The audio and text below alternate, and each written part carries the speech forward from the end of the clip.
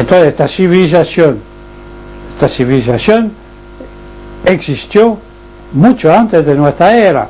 No era una civilización indígena de la última época anterior a la conquista, como decían los etnólogos de moda. Más aún, Rusconi, paleontólogo, lo repito, fue más allá. Buscó pedazos de madera. En esta selva de Santiago del Estero no había piedra, en absoluto, nada de nada. Y entonces las construcciones se hacían sobre terraplenes, como en México. Terraplenes dividida por avenida, dijo Wagner. No, eran ríos que permitía al agua de las lluvias tropicales correr sin alcanzar los terraplenes. Y los habitantes vivían encima de los terraplenes, lo que tenía una ventaja enorme: menos calor, más viento, menos mosquitos. Pero sus construcciones no podían ser sino de madera. No había ningún rastro de adobe. Esto se nota, por supuesto, cuando el adobe se desmorona, queda un montículo. No había piedra, lo repito. Entonces, casa de piedra. No encontró ni un pedacito de madera. Nada. Porque con la humedad la madera se desintegra. Y esto es un elemento fundamental para mostrarnos la antigüedad de esta civilización que Wagner llamó civilización o cultura del imperio de las llanuras. Seguimos más abajo, llegamos a Córdoba. Córdoba, la sierra de Comechingones, pertenecía al imperio de la llanura. Esto lo sabemos históricamente.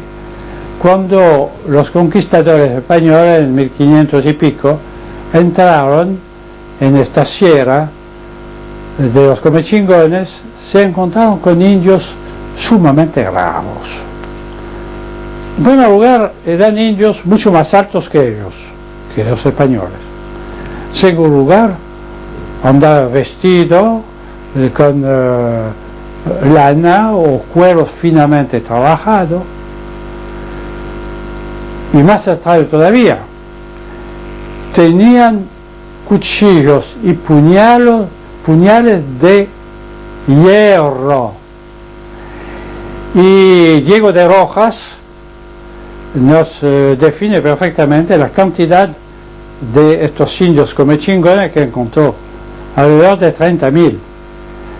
Todos los varones adultos, va a decir la cuarta parte, todos tenían un cuchillo o un puñal de hierro. Y él dice, habrán llegado españoles antes de mi expedición oficial, y habrán canjeado 7 o 8 mil cuchillos de hierro o de acero, no sabemos. Y los españoles no solían canjear sus armas con los indios que los atacaban o que se defendían. Más aún, estos supuestos indios, barbudos como cristianos, dice Diego de Rojas. Un indio barbudo nunca se vio. Barbudo como cristiano, es decir, con una barba completa. Vivía en casa de piedra semi-subterráneas, como las que vimos en las Canarias. Y agrega inocentemente, en cada una de estas casas había un cuarto de sudar, así un sauna típicamente nórdico, pero que encontramos también en México, donde se llama Tamascal.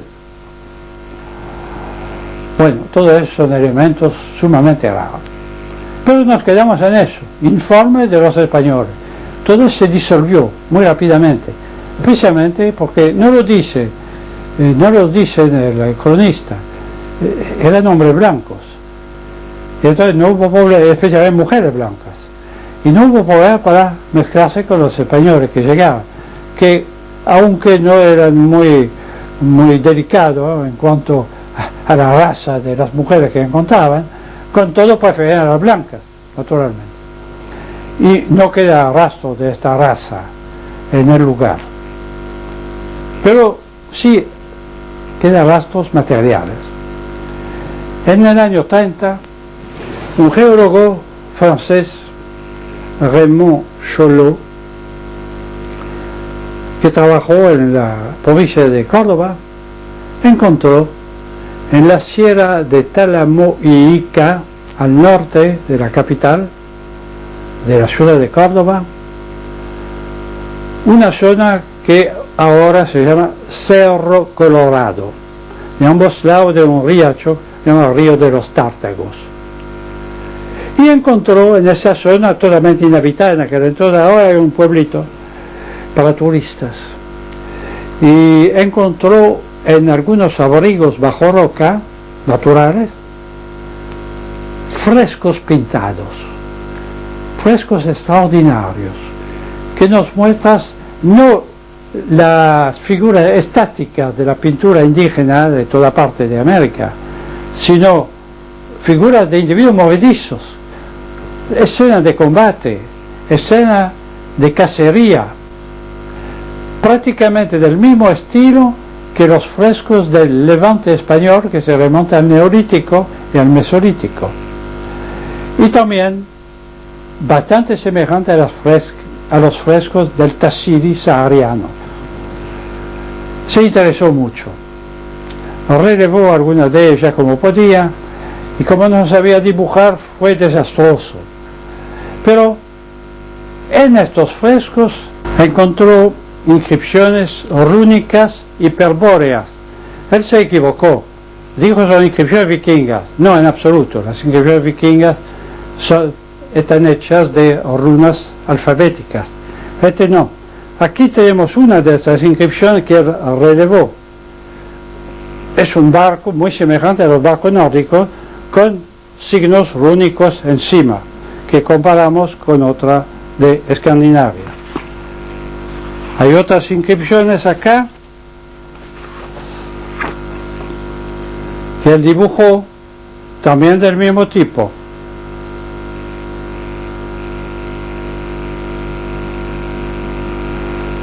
Y esto no nos bastó.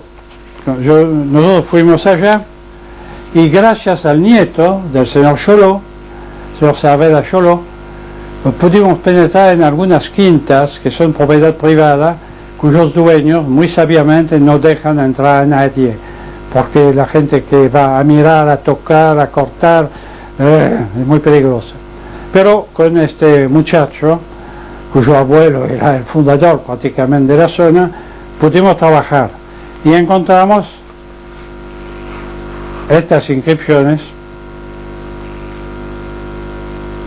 y algunas más, pero estas son particularmente significativas.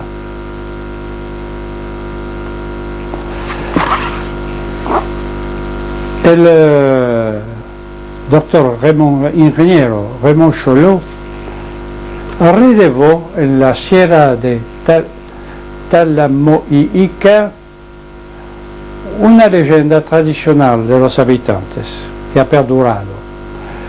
Se la resumo en pocas palabras. Se dice que un tiempo muy lejano, en esa sierra, vivían las almas de los guerreros muertos en combates, que adoraban el sol y la luna, que estaban bajo la protección del sol y la luna. Pero la luna especialmente tenía dos enemigos feroces: el jaguar de la montaña y la serpiente del río. La serpiente del río se arregló para atraer una por una a las almas y hacerlas desaparecer. Y entonces el jaguar subió en la cima de una montaña y agarró la luna en sus fauces. Pero los hombres comunes que vivían abajo, empezaron a chillar, a gritar, a amenazar al jaguar.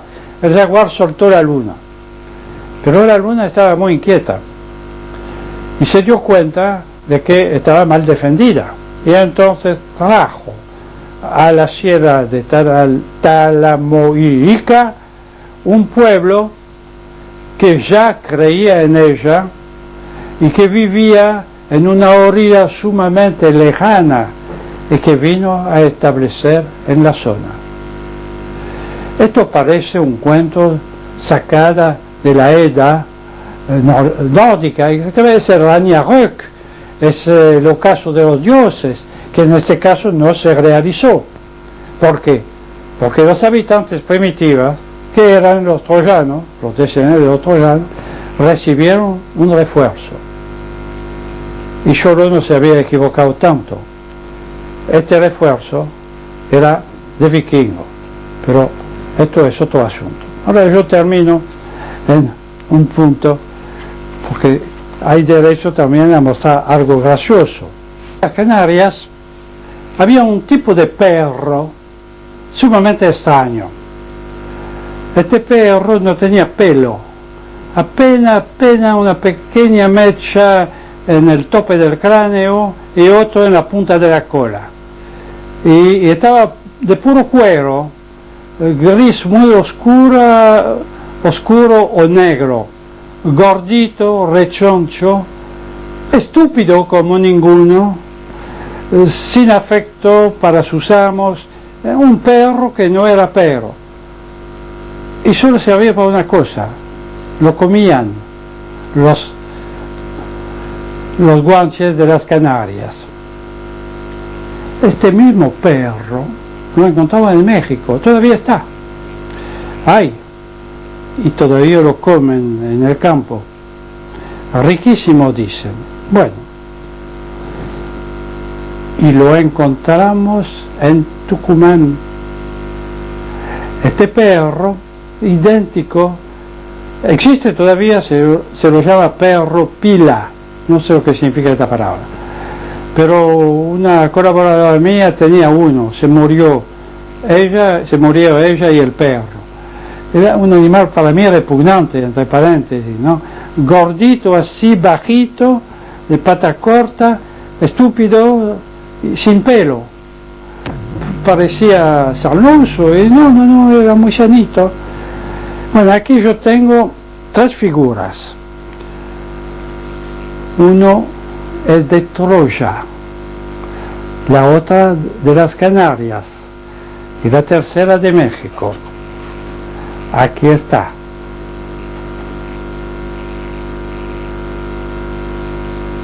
Ustedes ven que es el mismo animal, el mismo tipo de animal, que tiene la misma utilidad culinaria en los distintos lugares, aunque no sé si en Tucumán lo comían, pero verosímilmente sí, en un tiempo, y todavía existe, para decir que no es un cuento.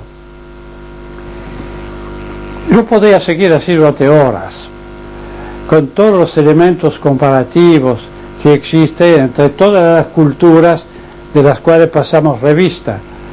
Por ejemplo, símbolos. Encontramos tanto en las Canarias como en América la cruz gamada, la espiral, el laberinto, etcétera, etcétera. Hay otras inscripciones rúnicas que tengo publicadas, pero esto nos llevaría realmente lejos, especialmente porque yo tengo sumo interés en pasar a otro aspecto del problema. Yo decía hace un momento que en la sierra de Córdoba, la sierra de los Comechingones, hubo un aporte de otra raza blanca. Y este aporte lo encontramos también en América Central y en América del Sur. Esto hablaremos en otra oportunidad.